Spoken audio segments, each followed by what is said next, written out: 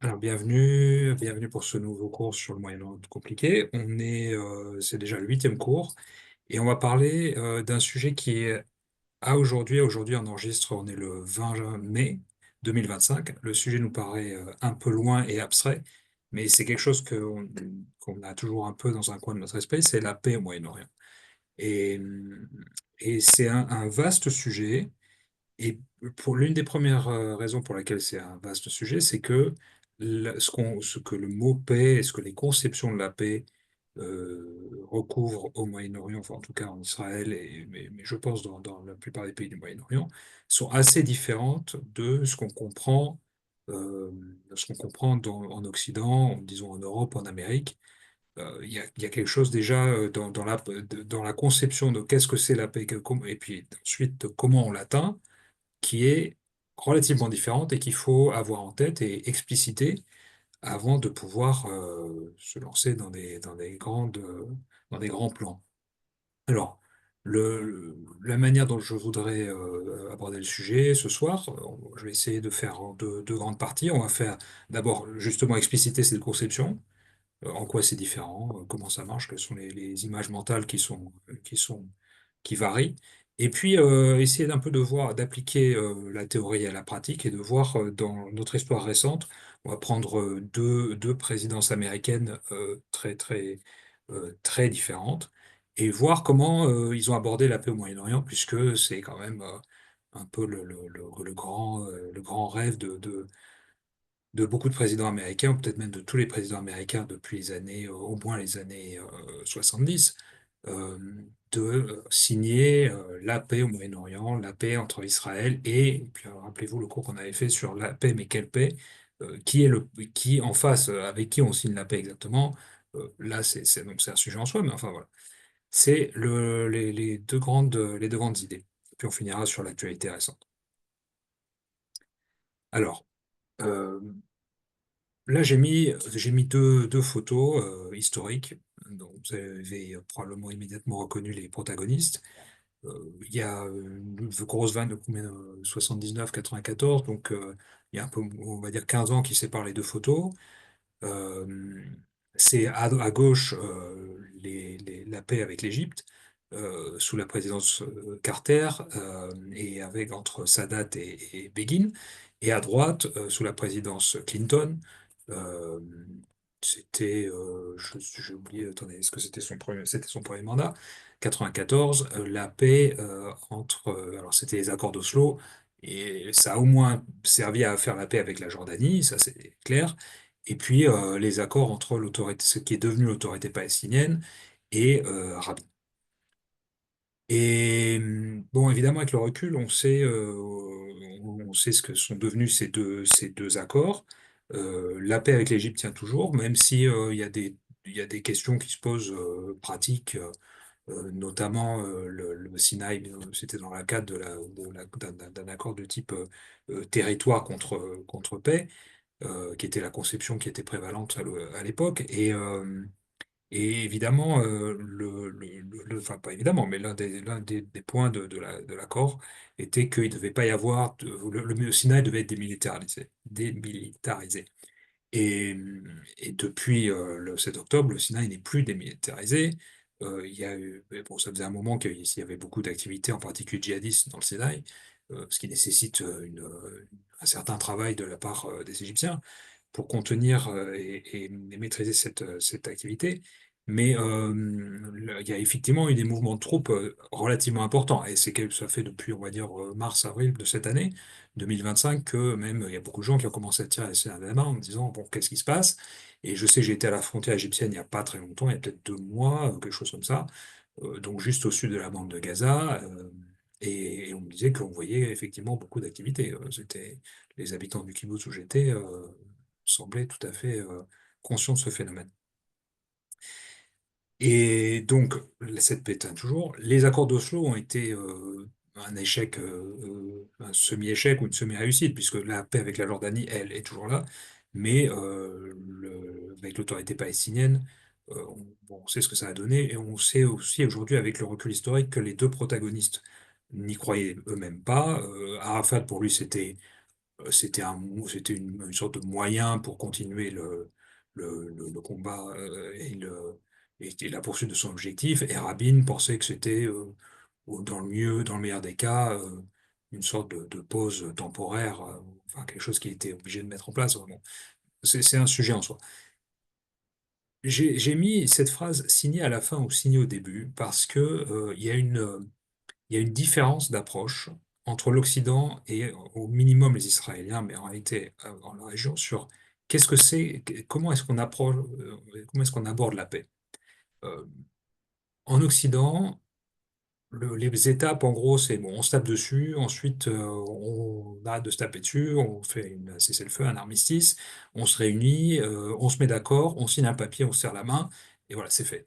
Et donc, le papier et la signature est en quelque sorte le début de la paix. Enfin, on se met tous autour de la table, on décide, et voilà, et maintenant, ça y est, la paix est actée. Pensez aux deux guerres mondiales, par exemple, et toutes les images qui sont associées à cela, quand on a scellé la paix dans le wagon pour la Première Guerre mondiale. Enfin, bon, c'est quelque chose d'assez câblé. Enfin, voilà. Au Moyen-Orient, ça se passe pas comme ça. La paix, la signature n'est pas le préalable de la paix en réalité. La signature, je me souviens quand j'ai fait l'ALIA, une personne qui m'a beaucoup aidé pour comprendre un peu la mentalité locale m'avait dit, la négociation commence à la signature. C'est-à-dire on signe c'est pour dire que, en Israël, hein, je dis, euh, mais on signe et le début. Ça veut dire on se met d'accord pour négocier, quoi. Bon, c'est maintenant qu'on commence à avoir une relation, on peut discuter. Donc tout est négociable après la signature, ce qui est déjà une approche très étonnante pour un occidental. Et là, il y a aussi cette dimension de rechercher la paix. Alors là, c'est en termes de territoire, de frontières, voilà, des choses comme ça, qui est, on met en place un statu quo qu'on laisse mm, germer, on va dire, mais vu pour un occidental, on dirait on laisse pourrir. Et on laisse la situation s'installer. Et puis, au bout d'un moment, peut-être 20 ans, 30 ans, 50 ans, 100 ans, 200 ans, qui sais-je, que sais-je, bon, on se prend voilà, on se réunit, on fait une réunion, on se prend un café, un thé, enfin, on fait quelque chose de sympathique, et puis on dit, bon, finalement, la colline, là, ça fait 200 ans qu'on on est d'accord que ça, c'est chez moi, mais que la colline là-bas, c'est chez toi. Enfin, je veux dire, ça fait 200 ans qu'on fait comme ça marche à peu près. Bon, alors c'est comme ça. Alors là, maintenant, on est d'accord, on fait passer la frontière entre les deux. Oui, et donc, il y a juste avec ces deux images, on voit qu'il y a quand même une conception très, très, très différente et que la perspective occidentale qui est donc toujours qui était au Moyen-Orient de venir, de dire, bon, alors on va faire la paix, on va mettre tout le monde autour de la table, on va négocier, et voilà, ça ira mieux, et puis on signera un accord et ça sera bon. Déjà, rien que là, il y a un problème. Il y a un problème qui est vraiment un problème qui relève de la culture, qui est un problème qui relève de l'approche, en fait, qui devrait être l'approche diplomatique. C'est-à-dire, oui, c'est pas le Moyen-Orient n'est pas l'Occident. Et si on prend notre exemple, Israël n'est pas un pays occidental. Il y a des choses occidentales en Israël, mais on n'est pas un pays occidental. Et donc, les choses fonctionnent différemment. Voilà, ça c'est quelque chose, à mon avis, de très important à avoir en tête.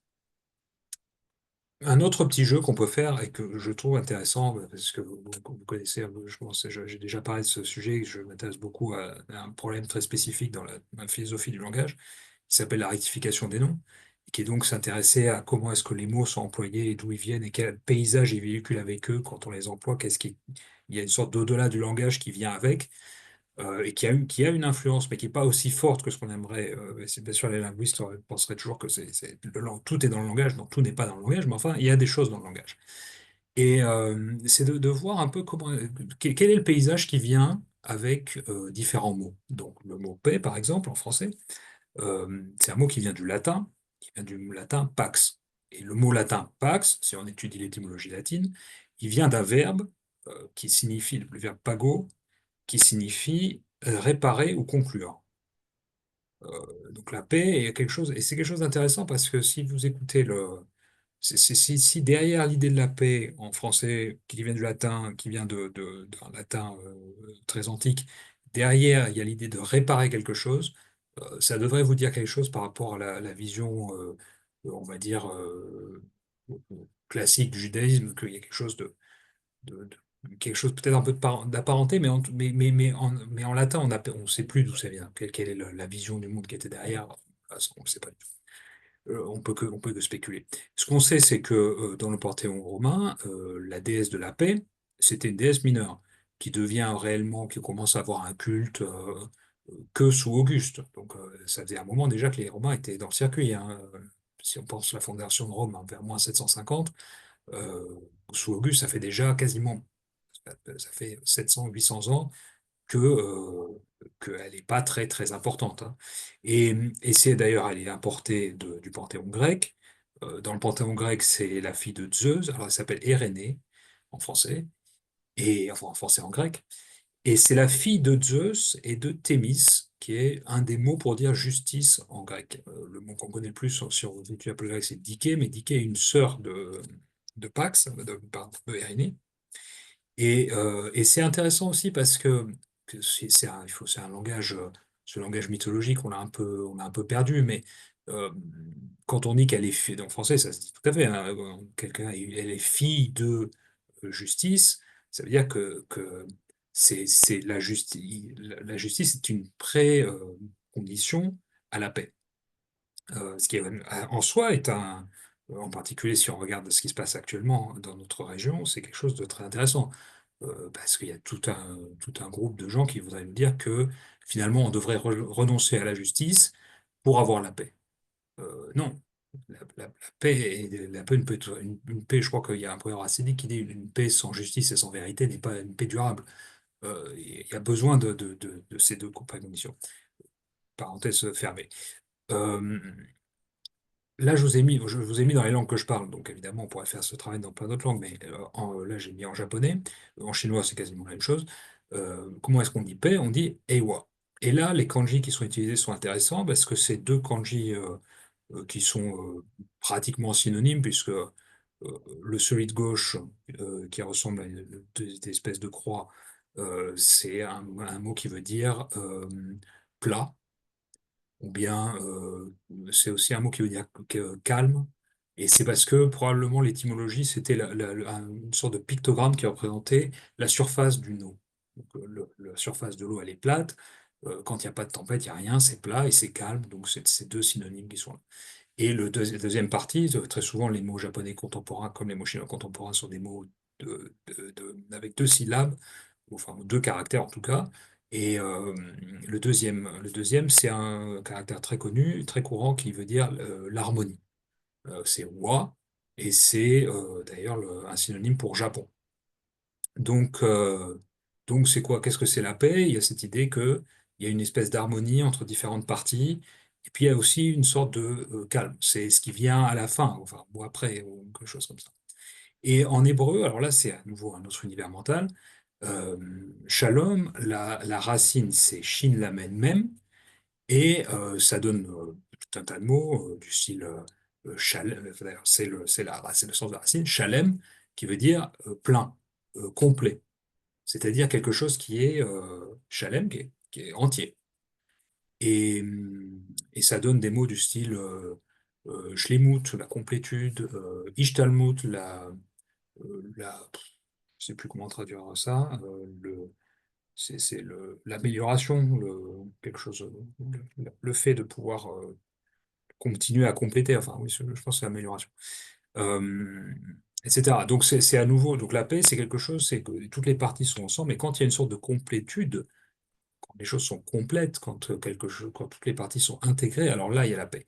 Ce qui est assez différent de ce qu'on entend en français courant, sans passer par l'étymologie, quand on dit avoir la paix, c'est quand il n'y a plus de bruit, quand il y a plus de, quand tout s'est calmé en réalité. Quand le bruit de la guerre se calme, alors là, il y a la paix. Mais vous voyez il y a d'autres choses derrière qui peuvent également intervenir. Bon, ça, c'est un peu un petit panorama du vocabulaire et de différentes conceptions pour voir que, à nouveau, quand on amène une langue, on amène des visions du monde, ben, on n'est pas obligé d'être sans arrêt déterminé par elle-même, par elle. Mais enfin, il y a quelque chose d'intéressant à cerner, à avoir en tête. Et là, je vous ai mis également, je vais faire juste pour la petite anecdote, le symbole de la paix. Peace and Love, qui était un symbole très très très courant. Et alors, d'où il vient? Visiblement, la personne, je ne sais pas si c'est une légende urbaine ou si c'est réel, mais enfin, admettons que c'est réel, la personne qui a designé ce logo se sera inspirée de ce tableau de Goya qui date de 1800, qui représente, pardon, le début de la guerre, de la campagne d'Espagne, qui en Espagne ne s'appelle pas la campagne d'Espagne, évidemment, elle s'appelle la guerre d'indépendance espagnole, et ça date des événements de 1808, et c'est les troupes napoléoniennes qui répriment dans le sang le soulèvement de Madrid. Et là, on voit ce personnage qui lève les bras, et qui est une sorte de supplication, d'appel. On pourrait l'interpréter de beaucoup de manières, je pense. Mais enfin, en tout cas, on le voit là, qui se détache avec sa chemise blanche, elle est ouverte, les boutons sont détachés. Ou si c'était peut-être un lacet d'ailleurs, enfin, un nœud qui était fait, bon, qui était fait, et il lève les bras. Et vous voyez ce personnage, là, les traits principaux de ce personnage, si vous les renversez, c'est exactement le symbole, hein. On voit cet axe, cet axe et les bras qui sont levés. Et je trouve ça intéressant parce que, rappelez-vous, là, quand on lit la paracha, le passage juste après la sortie d'Égypte, quand les enfants d'Israël sont attaqués par Amalek, il y a cette scène tout à fait surprenante où Moïse monte en haut de la montagne, soutenu par le fils, par son neveu et par Aaron, et par son frère, donc son frère et son neveu. Et alors, il lève les bras, et quand il lève les bras, les enfants d'Israël gagnent contre Amalek. Et puis, à au bout d'un moment, avoir les bras levés, enfin, pendant des heures, c'est très fatigant. Donc, il baisse les bras. Et alors, quand il baisse les bras, les enfants d'Israël commencent à perdre contre Amalek. Alors, du coup, Aaron et son neveu l'aident et soutiennent les bras pour qu'ils gardent les bras levés. Et c'est tout à fait cette espèce de mouvement de lever les bras au ciel. On peut imaginer que Goya connaissait le texte biblique, parce que c'est un texte quand même très très connu. Et voilà, il y a cette espèce de jeu là-dedans. C'est pour l'anecdote, mais je trouve que c'est quelque chose de très intéressant. Bon, je voudrais utiliser ce schéma que je vous ai fait juste pour dire que, bon, il y a la paix, il y a qu'est-ce que la paix, puis après, il y a comment est-ce qu'on arrive à la paix. Et là, il y a une sorte des différentes écoles, on va dire, de comment est-ce qu'on arrive à la paix et des écoles qui sont très très très différentes les unes des autres, qui peuvent être complémentaires, qui peuvent exister et voire coexister, mais qui agissent dans des domaines très différents. Alors la première, c'est la négociation, c'est-à-dire comment est-ce qu'on fait la paix? Ben, on prend les parties, on les met à Camp David, et puis on discute et on se promène en forêt, puis on rediscute à nouveau. Donc on négocie et à la fin on signe quelque chose. Il y a la paix à travers la puissance. Là, je vous ai mis un portrait du cardinal de Richelieu, qui était vraiment l'exemple même de la réelle politique européenne après la réelle politique vraiment classique. C'est-à-dire, c'est la puissance qui finalement projette.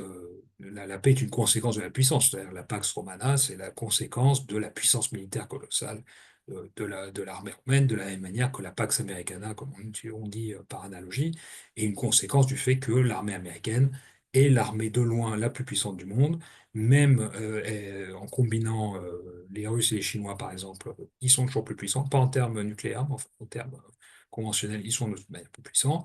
Donc, finalement, la puissance américaine entraîne dans son sillage un certain nombre de choses, en particulier la liberté du commerce sur les mers et une forme de paix. Quand les Américains disent on fait comme ça, eh ben, il y a plutôt intérêt à faire comme ça dans beaucoup de cas.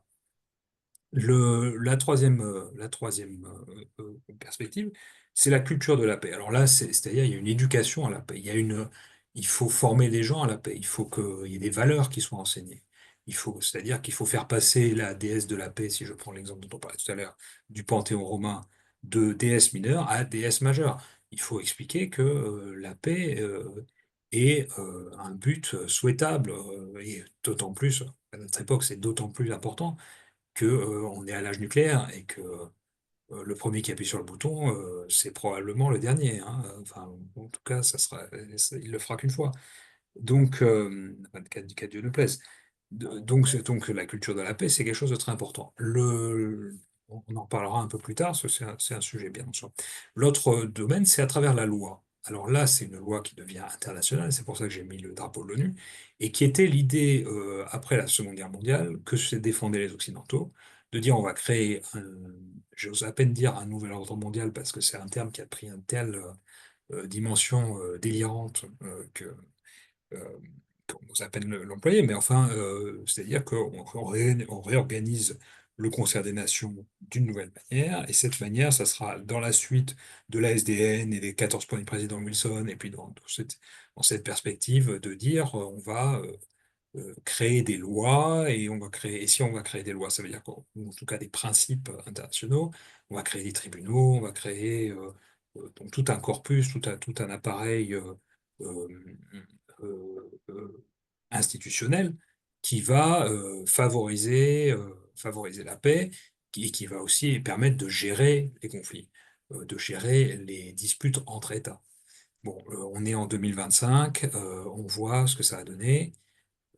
On pourra discuter longtemps de pourquoi ça a échoué et de est-ce que ça pourrait me fonctionner. Mais aujourd'hui, on voit clairement que c'est quelque chose qui ne fonctionne pas du tout. Euh, bon, mais c'est encore là, hein, c'est encore là. Et puis, euh, et puis l'autre voie, qui est une voie qui a eu fonctionné par le passé, mais qui est une voie qui est peu employée, c'est la non-violence, c'est-à-dire la technique de Martin Luther King et des droits civiques, ou la technique enfin, même s'il y a eu de la violence, hein, mais enfin, ça a été une idéologie au XXe siècle, ou de Gandhi, c'est-à-dire de renverser les données du problème pour créer la paix. Donc, ces cinq grandes voies et qui sont également à avoir en tête. C'est-à-dire que, euh, par exemple, si on se met en 2023, disons, et qu'on pense au conflit israélo-palestinien, donc si j'utilise ces termes-là et que je regarde le problème de ces manières-là, la seule chose dont on nous parlait au niveau international, c'était la négociation. Mais bon, il n'y a pas que la négociation. La loi a été employée uniquement en gros, tordre le bras à Israël, euh, et, et, euh, et on en était à peu près là. Et la culture de la paix, alors là, par contre, ça, je pense on peut le mentionner.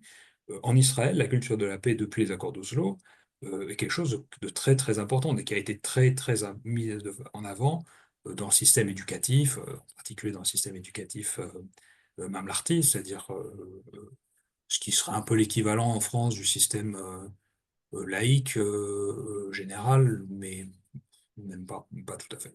Mais enfin, voilà, c'est quelque chose qui a été très important. Et d'autant que ça a été, le 7 octobre a été cette espèce de déconvenue et de rappel au réel ou de déception de l'idéalisme, ou je ne sais pas comment le qualifier, face à une génération qui avait été formée à penser qu'il y avait un partenaire et il y avait une paix possible. Bon. Point rapide sur où est-ce qu'on en est. Si vous regardez la carte de notre région et qu'on regarde nos voisins immédiatement frontaliers, la paix avec l'Égypte, c'est 79, on l'a dit tout à l'heure, la paix avec la Jordanie, 94, la paix avec la Turquie, 49, bon, on est toujours en paix avec eux, hein.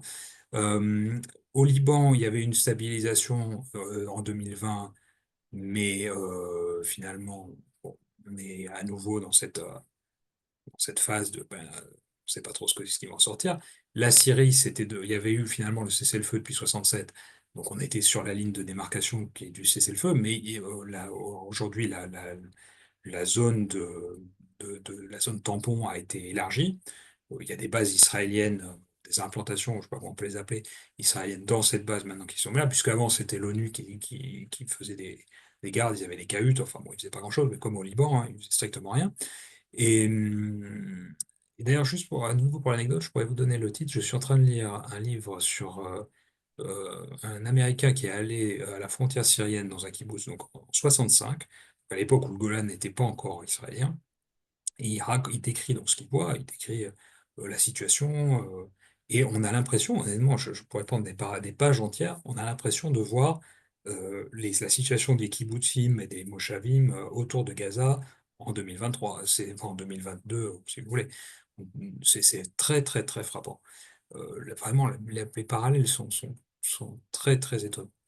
Euh, et puis, alors l'Arabie Saoudite, situation qui est encore fluctuante. Depuis, il y a des relations informelles depuis les années 2010, en particulier l'espace aérien maintenant est ouvert aux avions israéliens. Il y a eu des exercices conjoints des armées. Il y a eu plein de choses, et puis il y a eu un rapprochement certain, et bon, c'est à nouveau, on en parlera. Enfin, alors, ça, c'est le panorama général. Je voudrais maintenant appliquons ça à la situation concrète. Je voudrais parler de deux présidences américaines. On va parler des années Obama et des années Trump. Et j'ai pris ces deux exemples. On aurait pu prendre plein d'autres exemples. On aurait pu prendre Oslo et l'Égypte. Enfin, on aurait pu prendre d'autres exemples. Mais j'ai pris ces deux-là parce que déjà, on les a vécus récemment, donc on a encore un certain nombre de choses en tête. Et même si on a oublié aussi beaucoup de choses. Mais je les ai pris parce que les deux présidences, donc quand je vais parler de la présidence Trump, je vais parler de la première présidence Trump, commencent de la même manière par un grand discours au monde arabo-musulman. Au monde musulman, on peut le tourner de différentes manières. Euh, et donc, comme il commence de la même manière, on peut comparer de façon assez intéressante, je pense.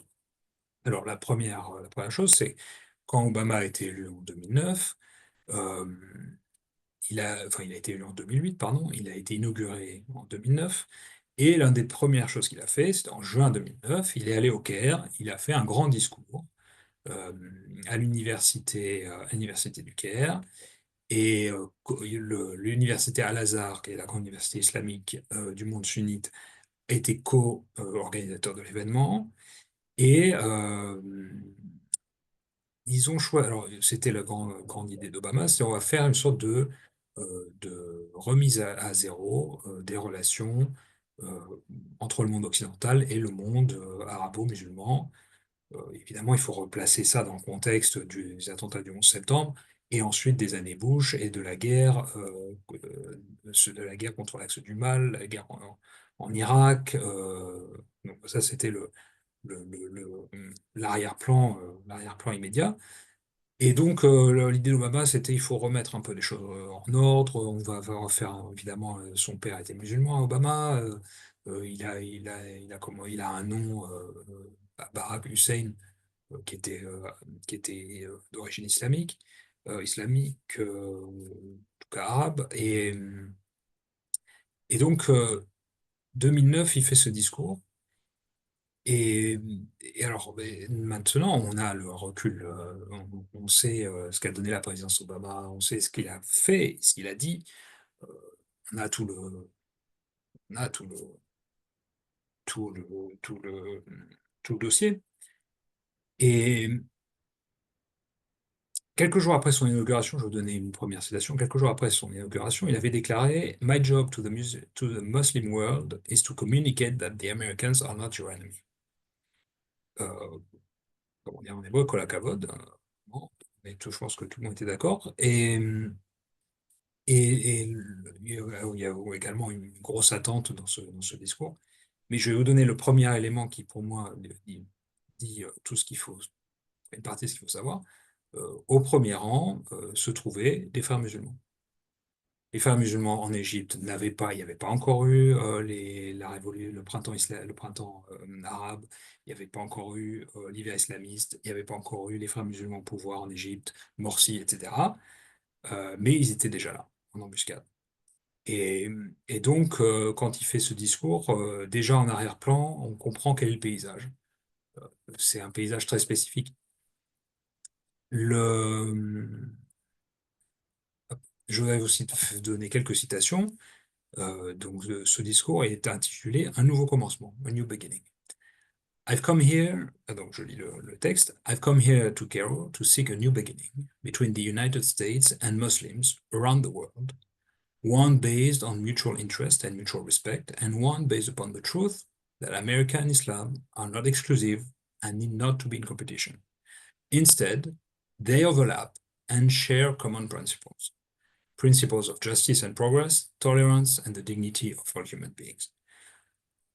Je pense que la chose la plus charitable qu'on pourra dire, c'est qu'il a une lecture intéressante de l'islam et que dans la salle, les frères musulmans qui écoutaient ont dû être très intéressés d'apprendre cela.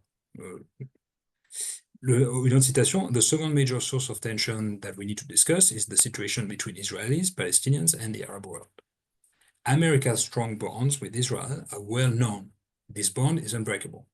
It is based upon cultural and historical ties and the recognition that the aspiration for Jewish homeland is rooted in a tragic history that cannot be denied. Là, à nouveau, on pourrait faire une analyse très très fine du discours, mais notez que dans la conception Obama, euh, la légitimité d'Israël, c'est la Shoah. Il le dit très clairement. The recognition that the aspiration for a Jewish homeland is rooted in a tragic history that cannot be denied. Et en réalité, ça, c'est déjà un point de discours très, très, très contestable, et qui amène une vision du monde très spécifique. Et un autre passage: For decades, then, there has been a stalemate, two peoples with legitimate aspirations, each with a painful history that makes compromise elusive. Le, c'est dans la deuxième présidence Obama, en 2013-2017, que Kerry était le secrétaire d'État. Et je vais vous passer une vidéo de Kerry qui résume tout à fait, j'espère qu'on va entendre le son, qui résume tout à fait l'ambiance générale et la conception qui régnait à l'époque. Donc, l'idée, c'était de remettre les choses à plat, de remettre les choses à zéro, on va repartir sur une nouvelle base, etc. Or, force est de constater que, en ce qui concerne Israël et nos problèmes avec nos voisins immédiats, la conception n'était absolument pas nouvelle. La conception était même totalement réchauffée. Elle était déjà obsolète. Elle était obsolète probablement en 94, et elle continuait à être là et à être obsolète sous Kerry. Et là, j'ai une vidéo de Kerry qui va expliquer tout à fait quelle est sa conception du conflit israélo-palestinien. Je vais lancer la vidéo.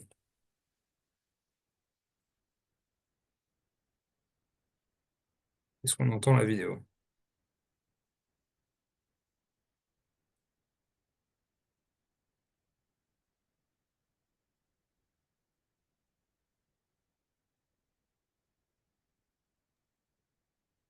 Je n'ai pas de On son. n'entend pas la vidéo? Ouais. Je vais vous dire ce qu'il dit. Euh, je vous enverrai le lien spécifique. Il est en train d'expliquer que certains disent que on a passé une nouvelle étape et que le conflit israélo-palestinien n'est plus la mère de toutes les batailles au Moyen-Orient. Et là, il dit très clairement, il dit no, no, no, no. Il dit 4 fois no. Rappelez-vous il y a beaucoup de gens qui ont fait la remarque en disant c'est les 4 no de Kerry par opposition aux 3 no de Thatcher. Et, et donc Kerry dit non, non, non, non. Qu'il a parlé avec plein de gens récemment qui lui ont dit que pas du tout. C'était vraiment la chose qui apportait le plus aux chancelleries dans la région, que rien ne pourrait se faire tant qu'il n'y aurait pas d'accord et de solution au conflit israélo-palestinien et d'une solution à 2 États, grosso modo. Et ça, c'était la conception qui était dans le système jusqu'à la fin du mandat Obama. La deuxième chose dont on va mettre ça, je me dresse d'un côté, et puis on verra le contraste de l'autre. L'autre chose dont on sait qu'est-ce que ça a donné, hein, c'était, à nouveau, avec cette idée qu'il y avait à avoir une approche équilibrée, etc., c'était le traitement de l'Iran. Et l'Iran,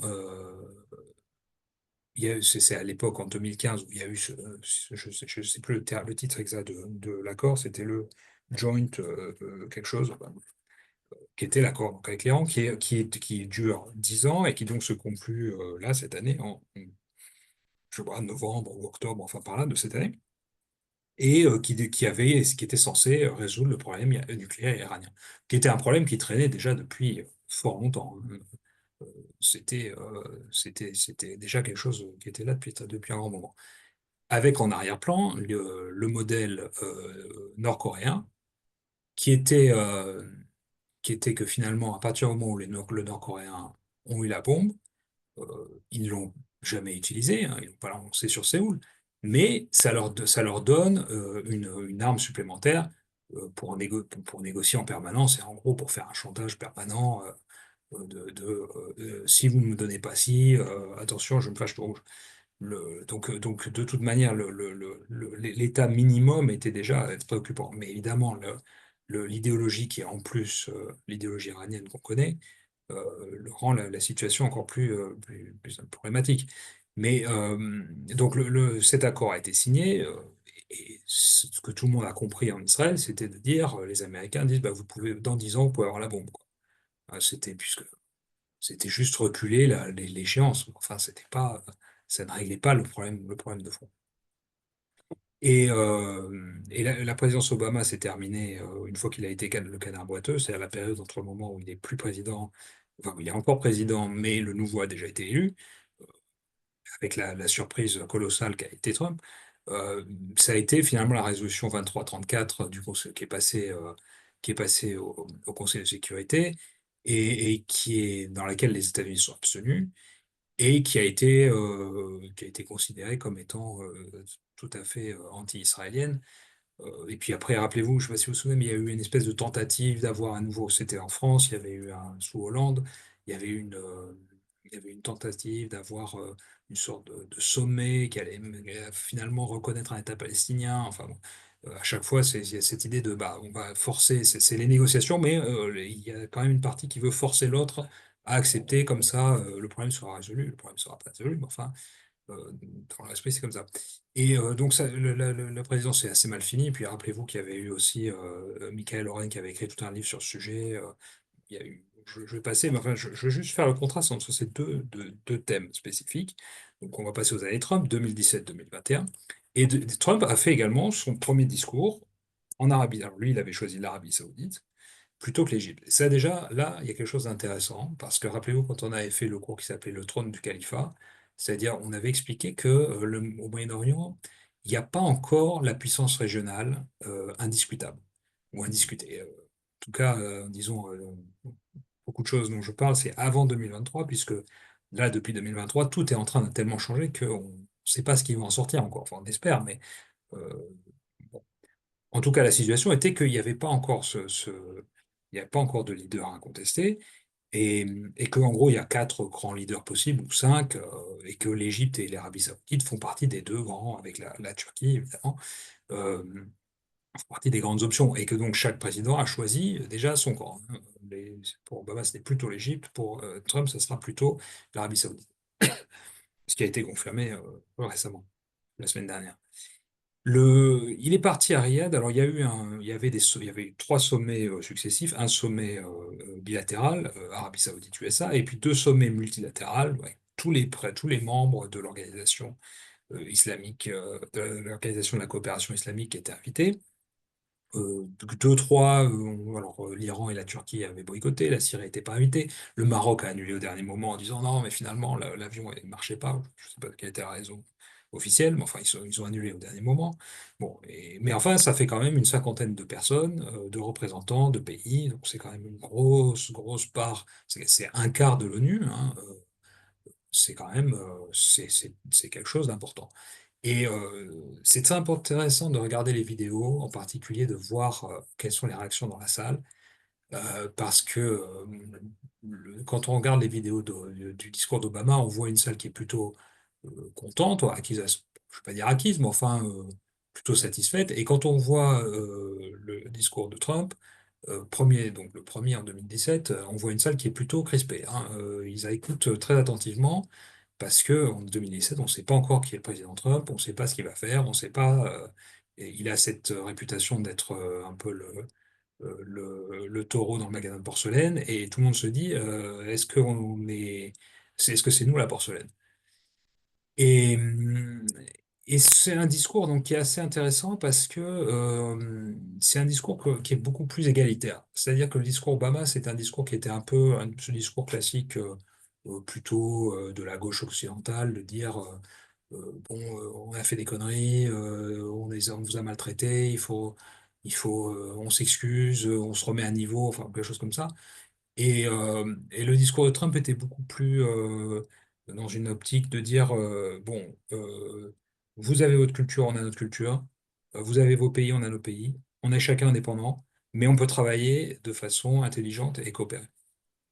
Et, euh, et donc ça, c'était en 2017. Là, je vais vous lire deux, trois citations de son discours.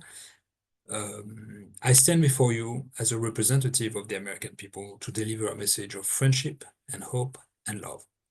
That is why I choose to make my first foreign visit a trip to the heart of the Muslim world, to the nation that serves as custodian of the two holiest sites in the Islamic faith.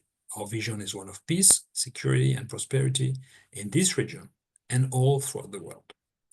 Our goal is a coalition of nations who share the aim of stamping out extremism and providing our children a hopeful future that does honor to God. America is a sovereign nation, and our first priority is always the safety and security of our citizens. We are not here to lecture. We are not here to tell other people how to live, what to do, who to be, or how to worship. Instead, we are here to offer partnership based on shared interests and values to pursue a better future for all of us.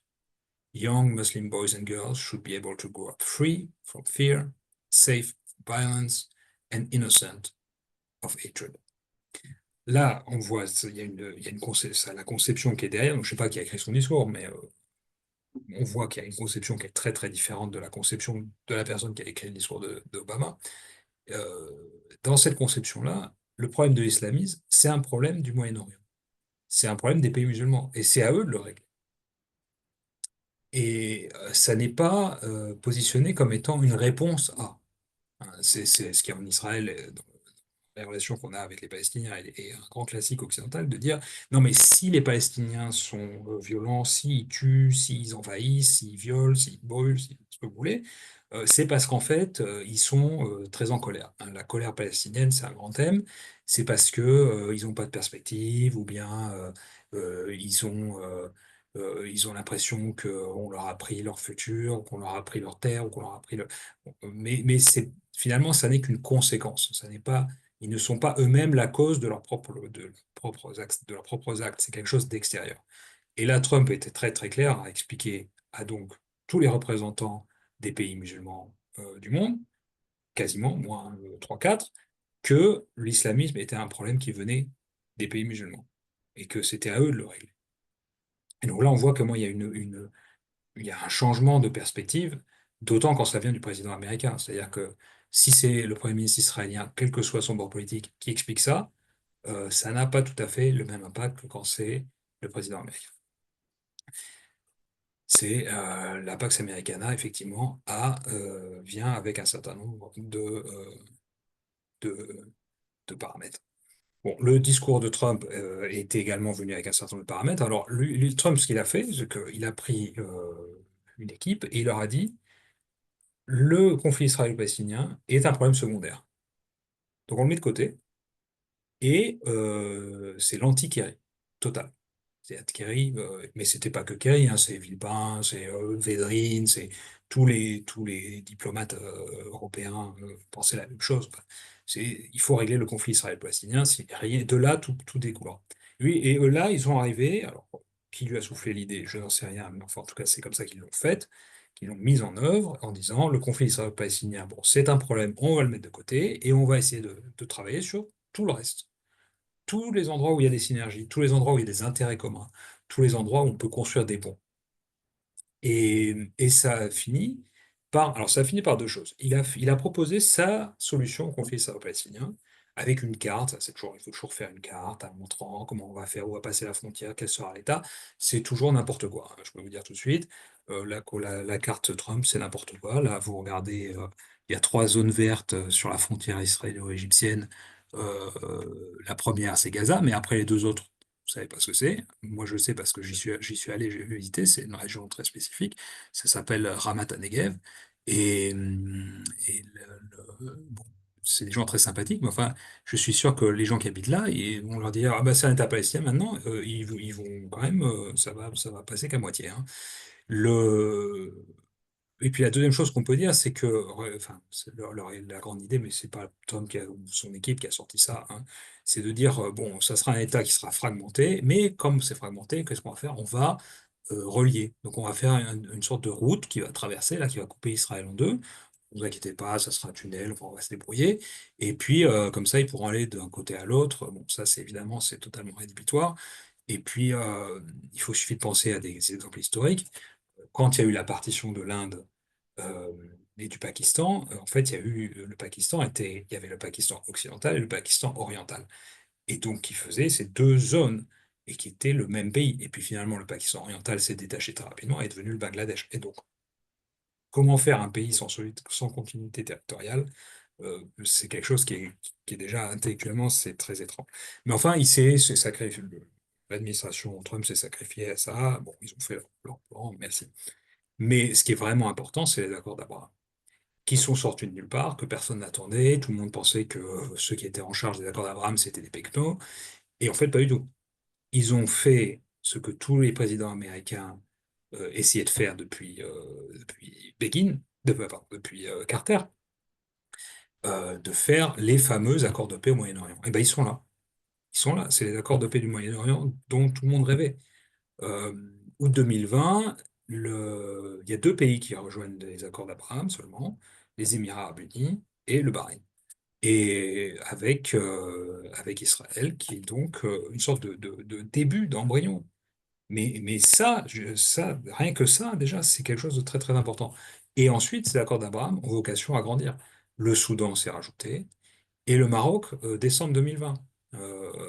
Et, et alors là où c'est quelque chose de très important, c'est que disons en octobre, le 1er octobre 2023, on va dire, l'Arabie Saoudite était quasiment, enfin en tout cas, c'était très très proche. Et d'ailleurs, bon, j'anticipe un peu. Euh, donc ces accords d'Abraham qui sont là et qui commencent à grandir, ce qui veut dire un développement des relations, du commerce, du tourisme.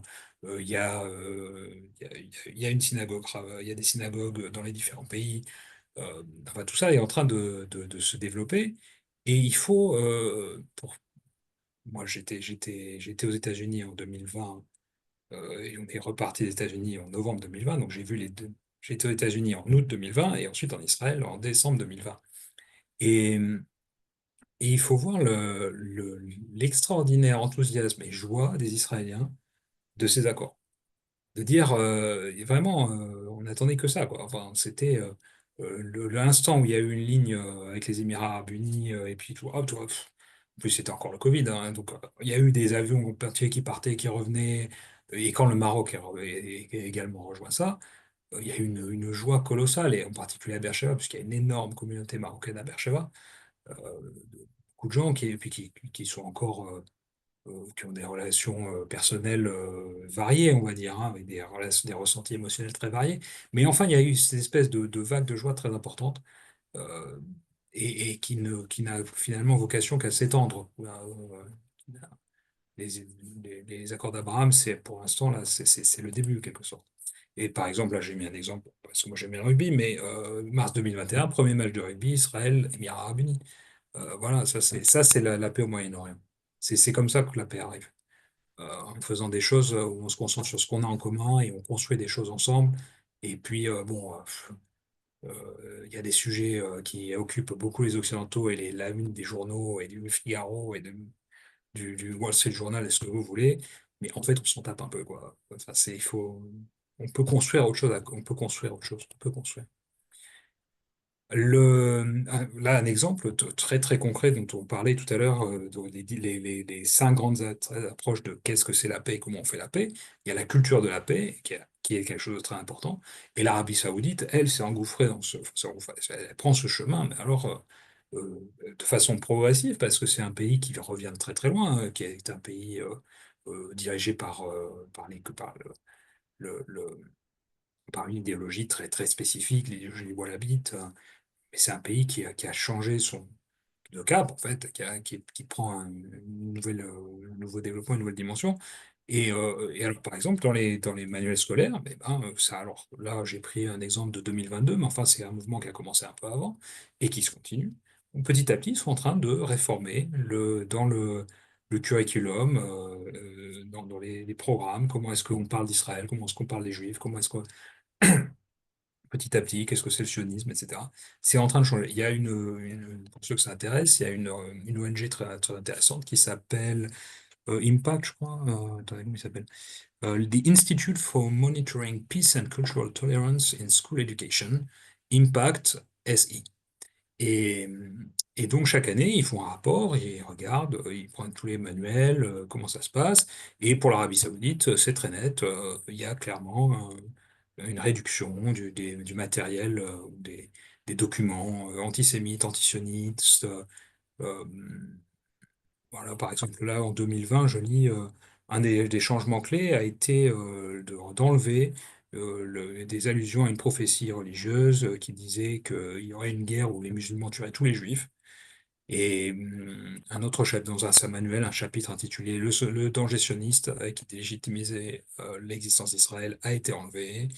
Des références au djihad violent sont enlevées, etc. Enfin, voilà, chaque année, plus. Et, et tout ça va dans le bon sens, et va dans le sens évidemment de relations qui sont en train de se développer et qui ne feront que se développer de plus en plus, hein. Ça, pour moi, c'est clair. On passe aux années Biden, 2021-2025. Là, on est dans une ambiance un peu différente. C'est pas l'époque Obama. Mais ça n'est pas non plus les accords d'Abraham, hein. Alors au début, il y a eu une perspective il y avait une possibilité d'avoir une reconnaissance mutuelle avec l'Arabie Saoudite. Et le Wall Street Journal a sorti un article il y a 3 4 jours dans lequel ils expliquaient que l'une des causes du 7 octobre, d'après les documents qu'ils avaient consultés, c'était bien le fait qu'il y avait un rapprochement entre l'Arabie Saoudite euh, et Israël, et que pour les Iraniens, ça c'était absolument inconcevable. Et donc, il fallait faire quelque chose. Et donc, Sinwar, lui, considérait que... euh, oui, là, j'ai mis 3 paragraphes extraits d'un article qui résume ça. Mais par exemple, Sinwar disait il fallait un acte extraordinaire a été requis pour faire dérailler les accords de normalisation qui allaient risquer de marginaliser la cause palestinienne. Et, Et le... Pardon, j'ai sauté un peu vite.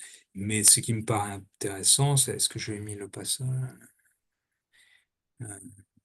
Oui, voilà, que le 2 octobre, il y a eu une rencontre à Beyrouth entre les représentants du Hamas et des officiels iraniens, et que les Iraniens avaient approuvé l'attaque planifiée. Bon, je ne vais pas reparvenir sur 7 octobre, en particulier parce qu'il faut comprendre quel était leur but et quelle était leur stratégie. Et tout a échoué, Dieu merci. Mais enfin, une très très grande partie a échoué. Euh, et et donc la situation, évidemment, tout est en flux actuellement, mais la stratégie iranienne est en train d'être démantelée pièce par pièce, puisque leur grande idée, c'était de faire une ceinture autour d'Israël, d'avoir l'Irak, la Syrie, le Liban au nord, d'avoir le Yémen vers le sud, d'avoir la bande de Gaza et la Judée-Samarie qui servirait d'étau, et d'avoir tout ça et de comprimer tout ça, enfin, de faire. Et tous ces fronts sont en train de tomber les uns après les autres, hein. Bon. Donc, euh, donc voilà, ça fait un an, on est à 585 jours de guerre, je crois, et on n'est pas au bout, mais enfin, les choses ont quand même avancé de façon positive en ce qui nous concerne. Euh, on est aux années Trump 2, la nouvelle période des années Trump, depuis le 20 janvier 2025. Ça fait à peine 5 mois. Et, euh, et beaucoup de choses ont changé. Et à nouveau, le premier déplacement a été, enfin le deuxième déplacement, parce que le premier déplacement était pour l'enterrement du pape, il me semble, à Rome. Le premier déplacement a été à Riyad. et, et ensuite aux Émirats arabes unis. Donc à nouveau, dans l'ensemble géostratégique qui constitue le Moyen-Orient, euh, pour les Américains, qui devrait être le leader? Bon, c'est quand même très clair. Et qui est l'ennemi? C'est aussi très clair, c'est les Iraniens. Et là, bon, maintenant, on est à la phase où on peut faire que des spéculations. Qu'est-ce qui va se passer? Comment ça va se passer? Personne n'en sait rien. On n'est pas prophète. Mais ce qui est sûr, c'est que, il y a beaucoup de discussions pour étendre les accords d'Abraham. Witkoff, qui est l'envoyé spécial de Trump au Moyen-Orient, et dans d'autres sujets, il me semble, a parlé il y a très très peu de temps, il a parlé il y a 3 4 jours de 6 pays potentiels qui pourraient rejoindre les accords d'Abraham. Alors, dans les pays qui sont pas très surprenants, il y a Arabie Saoudite, euh, il y a l'Azerbaïdjan, qui est un allié informel d'Israël très important. Il y a un peu plus surprenant, l'Arménie, il a évoqué. Mais pourquoi pas? Je veux dire, c'est quand même la même zone. Et il n'y a aucune raison qu'on ne soit pas en lien avec les Arméniens. Et puis la Syrie, il semblerait que même le ministre des Affaires étrangères émirati a dit, en gros, il a dit, le président syrien dit tout ce qu'il faut le dire. Il n'a pas encore les moyens de mettre en œuvre ce qu'il dit, mais il faut surveiller. Voilà. C'est-à-dire, et les Israéliens, je pense, ont la même attitude. Il y a des accords, il y a des discussions non officielles, on va dire, enfin, entre les différentes parties. Euh, disons que Reagan avait une formule, il disait trust but verify, il me semble. Voilà, on est un peu dans cette perspective. Et puis, alors, plus surprenant, lui, il pense carrément que le Liban pourrait rejoindre. Et à nouveau, il n'y a aucune raison que le Liban soit pas en paix avec le Liban. Une fois que le problème Hezbollah est réglé, on a toutes les vocations à être dans ces partenariats. Et à nouveau, je crois que les Israéliens seront ravis de pouvoir aller au Liban et de pouvoir à nouveau passer la frontière. Parce que quand vous êtes à Mettoula, quand vous êtes vraiment dans le nord dans le nord d'Israël, le Liban, c'est vraiment c'est la porte à côté. Hein, c'est pas, et c'est que moi j'ai une idée, c'est mon image du Moyen-Orient en paix, c'est vraiment le train. Quand, dans l'Empire ottoman, le train allait partout. Hein. Il allait du Caire à Damas, il allait à la Mecque, il remontait à Istanbul. Enfin, c'était l'Orient Express après qui partait. Hein. Mais il n'y a aucune raison que ça n'existe pas à nouveau. Moi, il y avait le train qui passait à Beersheba qui a remonté jusqu'à Damas. Euh, il n'y a aucune raison que dans 20 ans ou 50 ans, ou je ne sais pas quand, peut-être dans 10 ans, qui sais-je, que sais-je, mais que ça n'existe pas à nouveau. Et bon, évidemment, le problème central, c'est l'Iran. Tout autour de l'Iran, c'est cette espèce de grande stratégie iranienne qui est en train de tomber comme des dominos les unes après les autres. Les Américains ont clairement identifié les Iraniens comme étant le cœur du problème. Euh, les accords actuellement, bon, il y a eu ces espèces de mouvements dans est-ce qu'on peut faire un accord avec les Iraniens? Est-ce qu'on peut faire un accord avec les Iraniens? Bon, c'est bien d'essayer. Enfin, là, il semblerait que ce soit en train d'échouer. Bon, à nouveau, que va-t-il se passer? Il semblerait que la prochaine étape, en tout cas, soit plus militaire que de négociation, mais tout est possible. Hein. En tout cas, ce qui est sûr, et je voudrais conclure sur ça, c'est que il y aura la paix au Moyen-Orient, et probablement plus vite que ce qu'on pense, mais ce sera une paix qui sera par le Moyen-Orient pour le Moyen-Orient. Ça ne sera pas une paix qu'avec Là, on a vu encore à nouveau les dirigeants européens s'exciter, faire des déclarations. Blablabla. Et les déclarations sont toujours dans le même sens. Hein. C'est toujours la faute d'Israël. L'Israël ceci, cela, gna gna gna. Bon, ici, tout le monde s'en fout. Tout le monde les prend pour des pignoufs. Et en plus, ils ont relativement peu de pouvoir, enfin, même, voire aucun pouvoir du tout. Mais, mais la critique, en fait, devrait être plus large, c'est que de quoi vous vous mêlez, quoi. Le premier je sais plus quel ministre, il me semble que c'est peut-être le ministre de la Défense israélien qui a dit aux Anglais, écoutez, vous n'êtes plus, on n'est plus sous mandat britannique depuis 48. Alors peut-être vous n'êtes pas au courant, vous n'avez peut-être pas reçu le mémo, mais on est indépendant, ce qui veut dire on fait ce qu'on veut. Si ça vous plaît pas, bah ça vous plaît pas. Donc, ce que je veux dire, c'est que la paix au Moyen-Orient ne peut venir que ça ne peut être qu'une paix qui vient de la région et des acteurs de la région et qui Mm. intégrera les intérêts d'un maximum de personnes, peut-être pas de tous, hein, mais voilà. Et pour moi, c'est ça qui a changé vraiment, c'est que, enfin, en Israël, là, depuis, on va dire, le début de la guerre, c'est, je pense que cette perspective s'est quand même beaucoup développée. Il y a beaucoup de gens qui ont abandonné des idées un peu romantiques, ou qui, à mon avis, étaient un peu fausses même, et il y a beaucoup plus de pragmatisme en quelque sorte, ce qui est à double tranchant, hein, parce que s'il n'y a que le pragmatisme et qu'il n'y a pas de valeur derrière, qu'est-ce que ça devient? Mais en tout cas, il y a une progression, hein, une progression qui me paraît positive. Et puis, il y a des accords, enfin, au Moyen-Orient, il y a toujours ce que les gens disent et ce que les gens pensent, ou en tout cas ce qu'ils disent en officiellement et ce qu'ils disent officieusement. Et officieusement, je pense qu'il y a beaucoup de chancelleries qui disent à Israël, vous finissez le boulot. Parce que nous, on ne peut pas le lire officiellement, mais quand vous réglez le problème du Hamas et du Hezbollah, vous réglez le problème pour tout le monde, quoi. Ce qui veut dire aussi qu'il y a une reconnaissance de la puissance d'Israël, dont on parlait tout à l'heure, qui peut être le leader d'une région. Il y a aussi une reconnaissance qui est d'ailleurs une culture, enfin quelque chose de très important au Moyen-Orient, c'est que c'est la force qui crée le respect et c'est le respect qui crée la possibilité de la paix. Alors que, et ça aussi quelque chose que on ne sait pas s'ils font ça de manière consciente ou pas, mais quand les Occidentaux tournent, enfin, essayent de tordre le bras à Israël, c'est-à-dire à nous mettre dans une position de faiblesse face à nos ennemis, ça envoie un très très mauvais message dans le reste du système. Ça va contre les intérêts occidentaux même, puisque ça veut dire que si on est humilié, on est considéré comme étant des faibles, et là, dans ce cas-là, on ne négocie pas avec des faibles. On ne peut pas faire la paix avec des faibles, parce qu'il n'y a pas de respect. Voilà, et donc la paix, bientôt, très bientôt. Je vais arrêter l'enregistrement.